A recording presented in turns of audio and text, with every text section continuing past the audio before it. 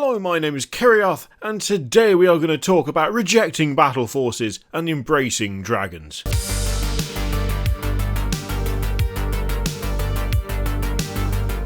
It's Monday, which means it's time for another Monday Ramble. We do this every single Monday. We never miss a Monday and then accidentally do it on a Tuesday or anything like that. Nothing like that has ever happened, and I will absolutely refuse to believe that such a thing could be possible. I think this is like the first one we've done for like a couple of weeks. Did we do one last week? I can't even remember. It's bad. It's just bad around here. It's terrible. We still haven't managed to cover the AOS boxes, the Battleforces for those, purely because I was going to do it over the weekend, and then my wife was really ill, so I was looking after two children all weekend instead, because I know how to enjoy myself and have a nice, relaxing Saturday and Sunday.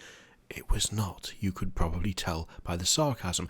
But today, we're finally getting some dragons on the scene, and I would like to put forth a proposal that in actual fact, Battleforces are all very good, but they're not dragons, are they?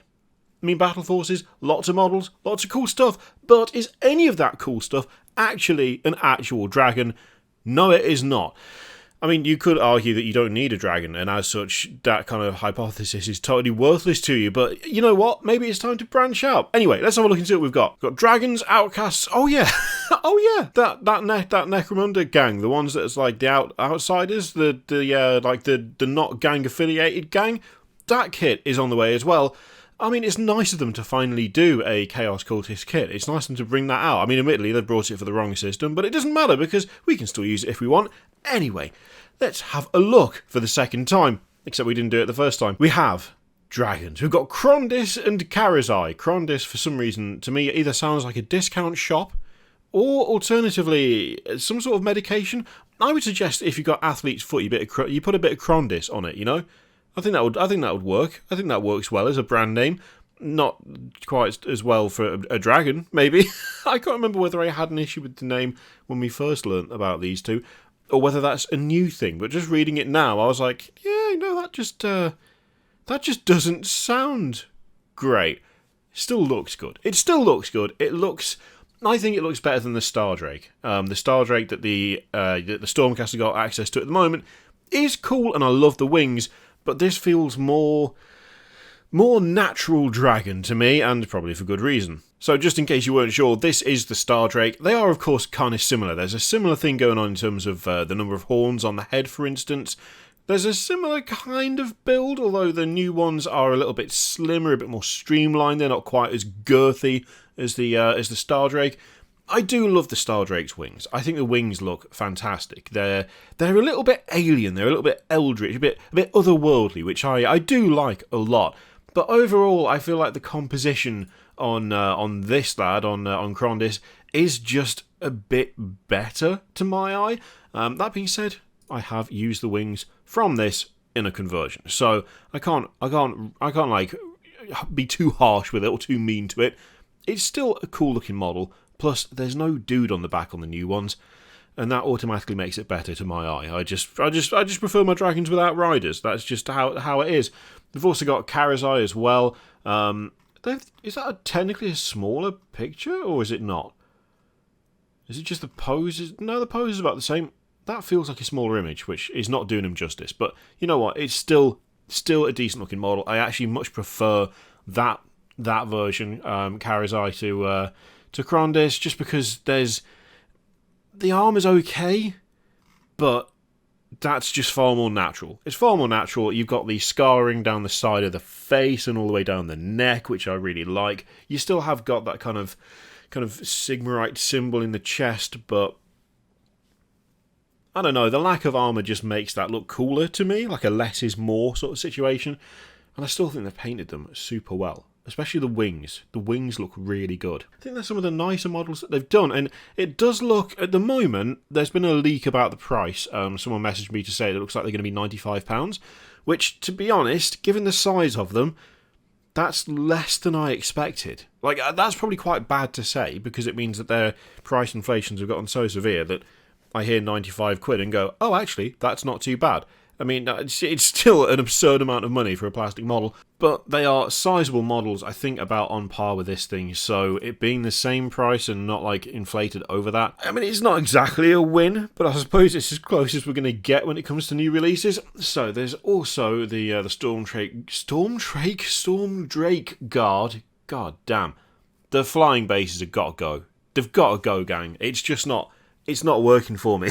I hate I hate them. I just hate them. They just take away. I used to not like putting a bunch of scenery on bases. I used to not be a fan of that. Like with Belisarius Call, the fact he's always got his foot on that book, it used to just bug me. But then every time I do something that flies, I have to stick something under him, because otherwise it means putting this big transparent rod underneath instead. And I just don't like it. That being said, they do look kind of cool. They do have riders, which, you know, I'm not a massive fan of riders on dragons, but to be honest, a bit of converting, you could totally get away with not having them on there. You absolutely could get away with it. There's ways around that. I'd have to mess about with it a little bit, but I'm pretty sure I could do something that meant that they didn't have to have the Stormcast on the top. Because I just feel like that would look better. Like an army of dragons, and not an armoured idiot in sight. It's all just dragons. That's just cooler. That's just cooler to me. There, of course, will be those of you who disagree, and that's absolutely fine.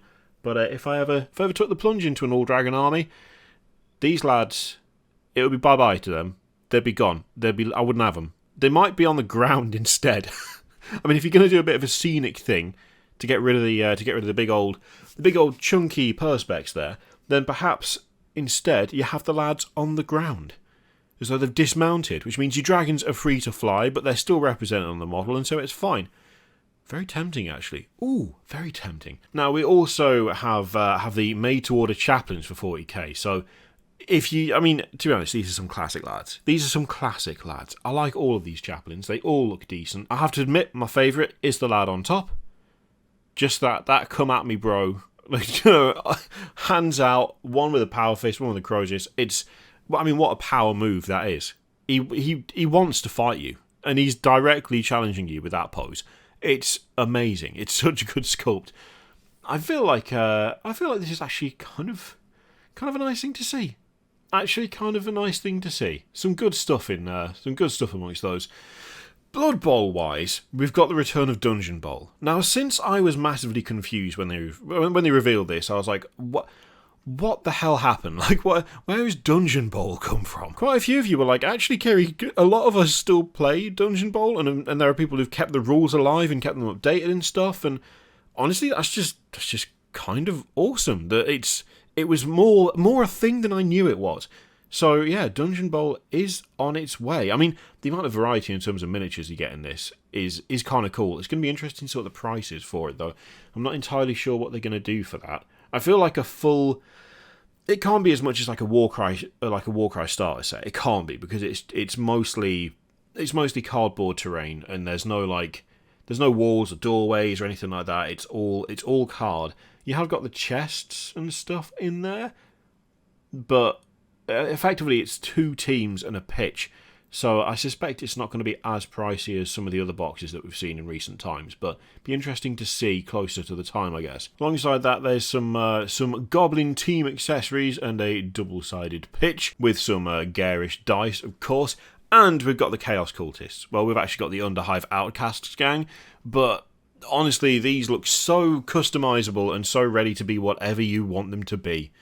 I mean, 3D print a bunch of heads with sacks over them or something, or paint a few tattoos on them, give them more like a really mucky paint job so they're all dirty. You know, stick a few chaos symbols here and there.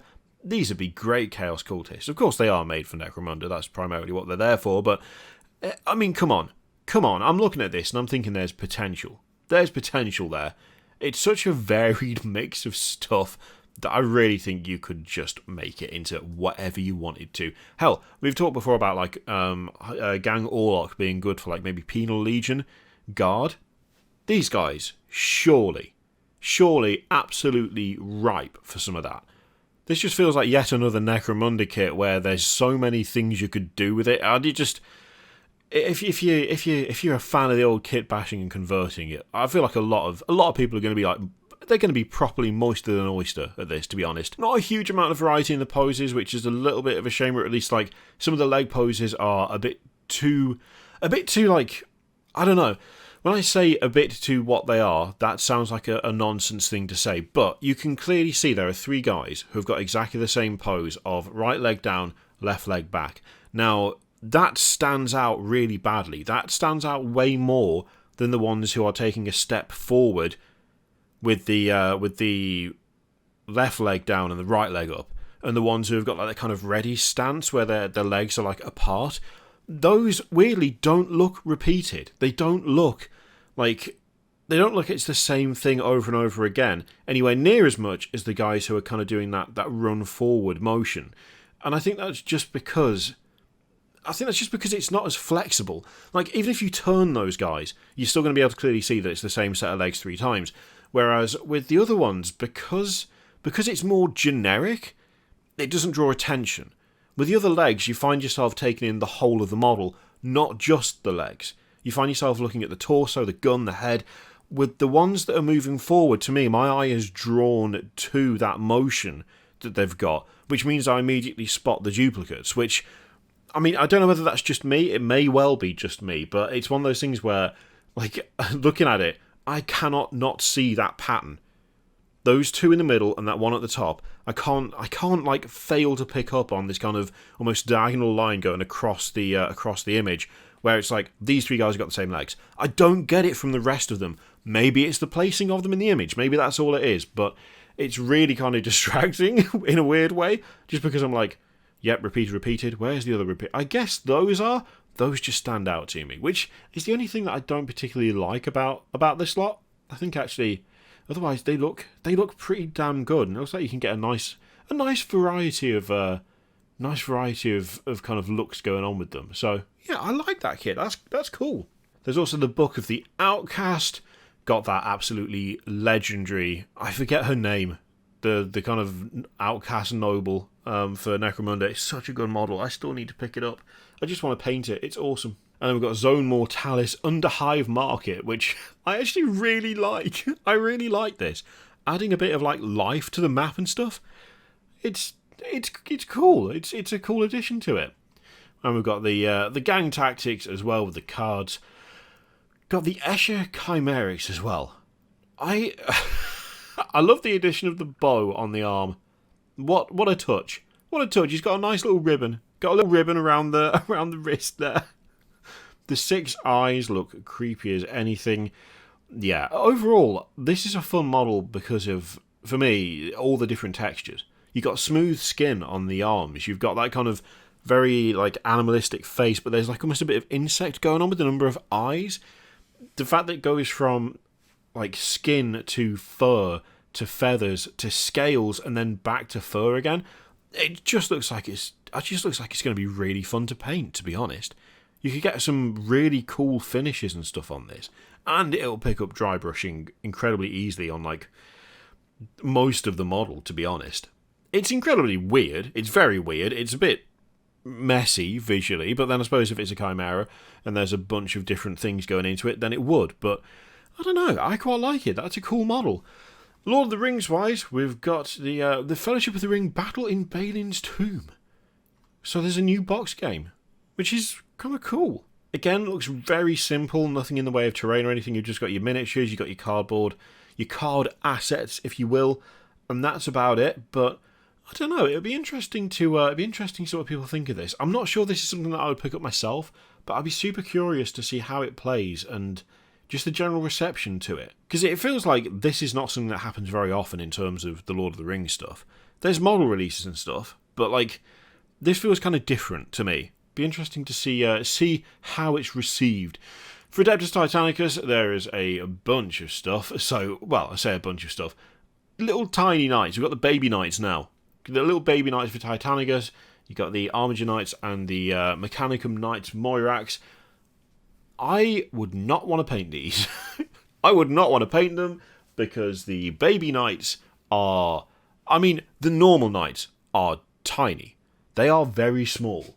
They are like... they're like shorter than a Primaris Marine, just about. I'm looking over to see if I can see one. They're about the size of a Primaris Marine. but like there's way more detail because all the detail on a normal knight is compressed down into that tiny space. These, absolute nightmare. Don't want anything to do with them. They've got to like be half the size again. Surely, how do you paint that? No, hard no. I mean, they look good. They've once again managed to shrink them down and maintain them looking decent, but not. I don't want to go anywhere near that. There's also this stuff as well, so Warhammer 40,000 keyrings and Purity Seal pin badge. Again, if you like it, then you're going to like it. If you don't, then you're not going to be that bothered. I have to admit the Purity Seal is kind of a neat idea, but again, not something that's really for me. Same with these as well, to be honest. I mean, I know plenty of people who will enjoy owning these and having them on bags and coats and whatever.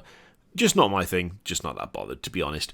So we've also got from Black Library. We've got the Forges of Mars Special Edition box set collection. So Priests of Mars, Lords of Mars, and Gods of Mars into a special edition box set. That's a cool looking box set. That's actually kind of cool. That's a fun design on that. Maybe a little bit, I don't know, there's something about the kind of mechanical skull on the other side. I would have preferred it to be more mechanical for me personally, but I don't know, that's quite a nice little collection, to be honest. We've got Steel Tread, which I will 100% be going for, because, I mean, look at it. It's about the crew of a Lehman Russ Demolisher. I want that. I want to read it. I have another 3 Lehman Russ Demolishers actually next to me on the floor. Not assembled yet. They need to be, but I mean, I'm 100% in for that. And then on Warhammer Plus, wow, they're going for it with the White Dwarves now. So we've got a Lawmaster's Mortarion, got Battle Damage, how to do that, and a load of stuff for the Warhammer Vault, and Episode 9 of Angels of Death. Yeah, okay, cool. I mean, there's some stuff in there. And on the community Twitch, they've got Hangout and Hobby for Wednesday and Thursday, and then Friday is a Dragon Week special. They've said they're going to be doing dragons all week on on the community site, because finally they've actually got the dragons that they were meant to release a while ago. I forget exactly when the dragons were originally supposed to come out, but it's been quite some time because I've had issues with manufacturing and with supply and all sorts of stuff. And you know what? I'm actually kind of interested to see what they do with it, because I really do like those dragons. The thing is, technically I don't need dragons myself. I mean, I've got the stupid Cosmic Horror Mega Gargants I need to finish off. I've got the Traitor Guard stuff, which I'm doing test schemes for this week. I've got the rest of the Armoured Company that I need to finish. And I do actually have a dragon over there that I need to paint, and a dragon over there that I need to assemble, and I've got a Terrorgeist that I also need to put together so my Soulblight could be used at actual official Games Workshop events, because they're not going to want anything to do with that Creature Caster model there. They're not going to want that. So I have got plenty to be going on with, and some of it is even dragons. But I really do like the design of the big dragons. I think they've done a really good job with them, and every time I see them I'm like, I don't need that. I just don't need it. I've got plenty. Got plenty myself. What's the point? The point is I really want it, which is how they get you, isn't it? It's how they get you every single time. That's just how it works with this hobby. But then again, surely you can't begrudge a man a single dragon. It's only when you then buy multiple other dragons to form a dragon-only Stormcast army that things have gone out of hand. And let's face it, only a maniac would contemplate that, and definitely wouldn't have already built it in the app. Definitely wouldn't have done that. Anyway, is there anything in there that takes your fancy? Let me know in the comments down below. Are you excited for dragons, or are you not that bothered? Or are you more excited about the new Chaos Cultists? I mean, Necromunda Outsiders gang. Let me know what you think in the comments down below. In the meantime, feel free to click all the things. Patreon videos, subscribe, all that stuff. Click it if you like, don't click if you don't want to. And as always, there's an affiliate link in the description for Element Games to support the channel if you're in the UK or Europe. And if you're in the US, there is an affiliate link for Noble Knight Games. You can use them if you like. It is completely up to you. I've had to re-record this bit because for some reason the screen froze and I was sat there going, which looked really weird. So anyway, thank you very much for watching. I'll see you next time.